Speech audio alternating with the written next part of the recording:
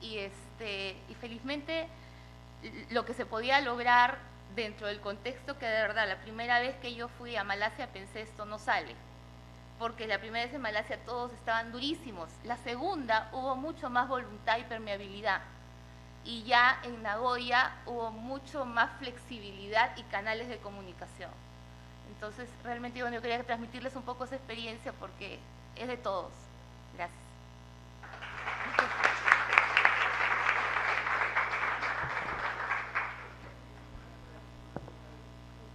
Muy bien, doctor Honoris, por favor, sus comentarios. Voy a clausurar, ya no tengo mucho que decir. Bueno, antes que nada, buenas tardes, buenas noches.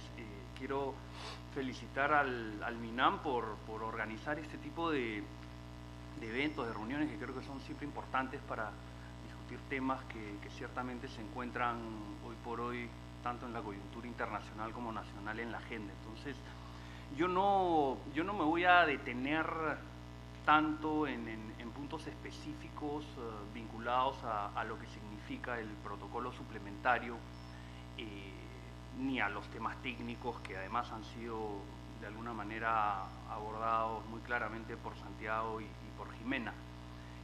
Y de hecho creo que quienes me acompañan en el panel han hecho pues una intervención interesante sobre algunos entretelones que se han dado en relación a las negociaciones. Yo lo que más bien voy a tratar de hacer en 10 minutos, ojalá pueda, es comentar algunos puntos que creo que son importantes conocer también, que están relacionados con estos procesos de negociación y que se vinculan muy directamente a ellos, ¿no? Y el primero tiene que ver con lo que alguien mencionó. El Convenio sobre la Diversidad Biológica es este gran tratado madre, ¿no es cierto?, del cual se han derivado una serie de otros instrumentos internacionales y varios temas que se han podido catalizar como resultado de las discusiones del Convenio sobre la Diversidad Biológica y que de alguna manera han ido en paralelo con la discusión referida a lo que significa promoción de la biotecnología y las cuestiones referidas a bioseguridad. Si uno revisa un poco la historia, desde el 92 hay creo 3 o 4 temas que hasta el día de hoy se siguen discutiendo y sobre los cuales todavía hay controversia. Los temas referidos al acceso a los recursos genéticos, ¿no es cierto?, que está vinculado además al uso que hace la biotecnología de estos recursos, además con desarrollos políticos, normativos, etcétera. El tema de la protección de los conocimientos tradicionales de los pueblos indígenas, que también está relacionado al uso, al acceso de los recursos genéticos y ciertamente a posibles aplicaciones que se puede hacer de estos conocimientos para distintos fines. Y tercer tema, quizás la manera como se ha empezado a fortalecer los derechos de propiedad intelectual sobre innovaciones derivadas de la biodiversidad, justamente aplicando ciertas tecnologías como la biotecnología. Y en cuarto lugar, un poco lo que se ha discutido en esta tarde, que es la biotecnología relacionada con las medidas de bioseguridad que se tienen que tener. Entonces el convenio ha tenido un efecto realmente importante en términos de impulso de estos procesos en los últimos, han pasado ya casi 20 años, ¿no es cierto? Es increíble cómo pasa el tiempo. Y en el caso del tema de bioseguridad, para el Perú además es especialmente interesante, ¿no? Porque las primeras, para el Perú y para la región, para los países andinos, la primera referencia que hay al concepto de bioseguridad y el primer mandato que se da no es, bueno, es el Convenio sobre la Diversidad Biológica sin duda, pero en el año 93 se discutió a nivel de la comunidad andina un régimen común, que es un sistema legal aplicable a los 4 países que hoy forman la comunidad andina, sobre protección de variedades vegetales, mejoramiento de variedades vegetales.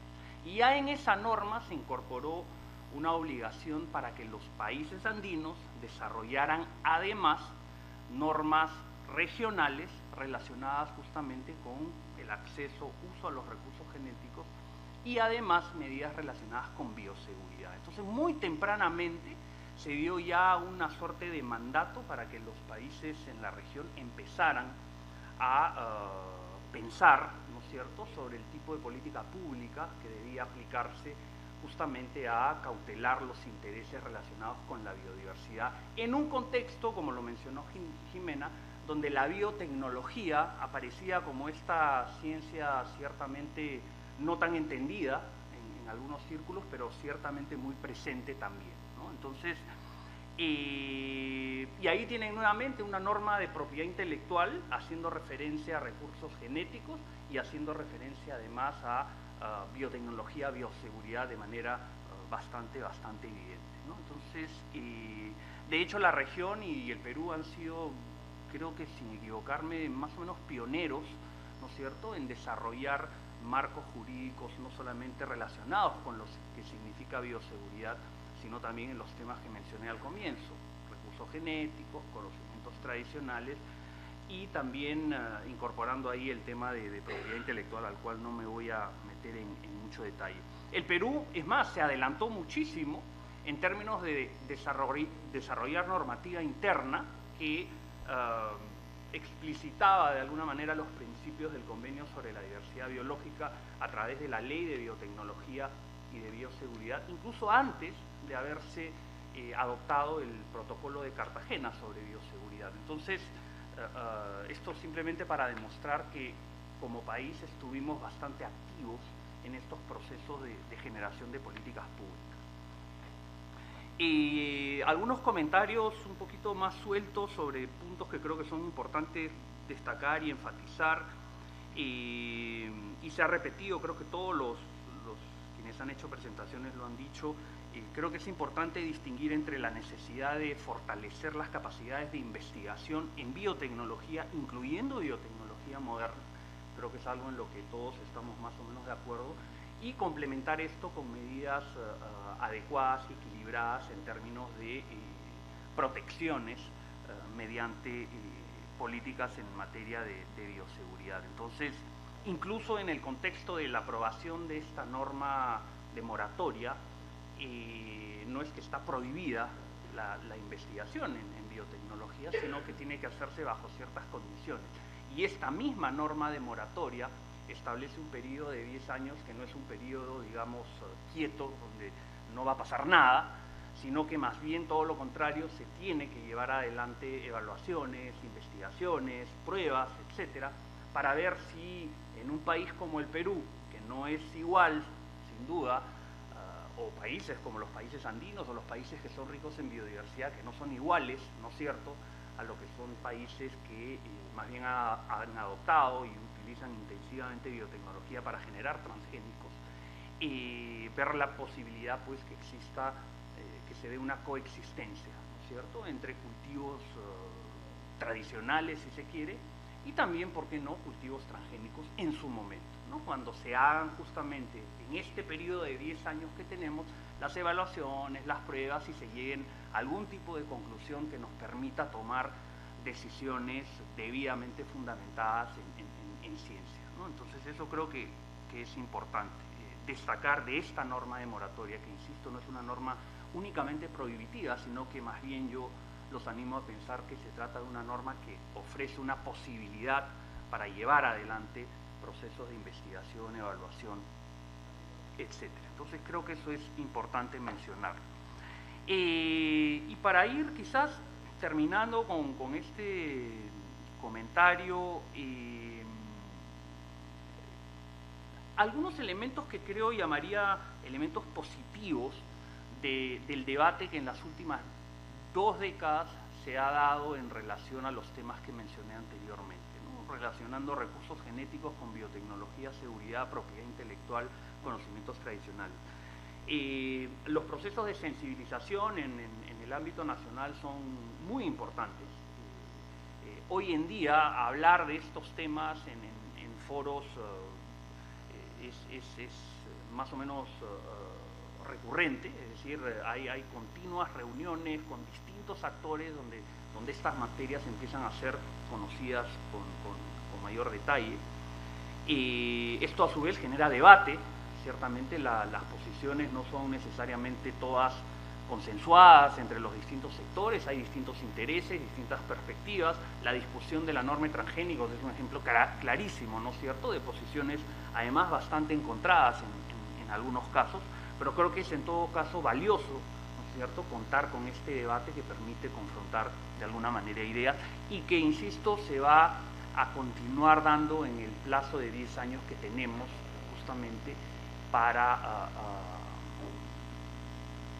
digamos, discutir si al cabo de este se van a permitir los transgénicos o no en el Perú, sembrarlos y liberarlos principalmente, ¿no?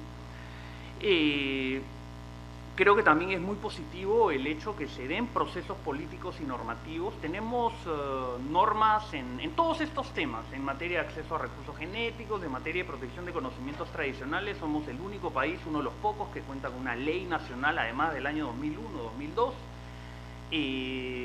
Nuestra legislación de propiedad intelectual es también bastante avanzada en la medida que ha incorporado elementos relacionados con los recursos genéticos.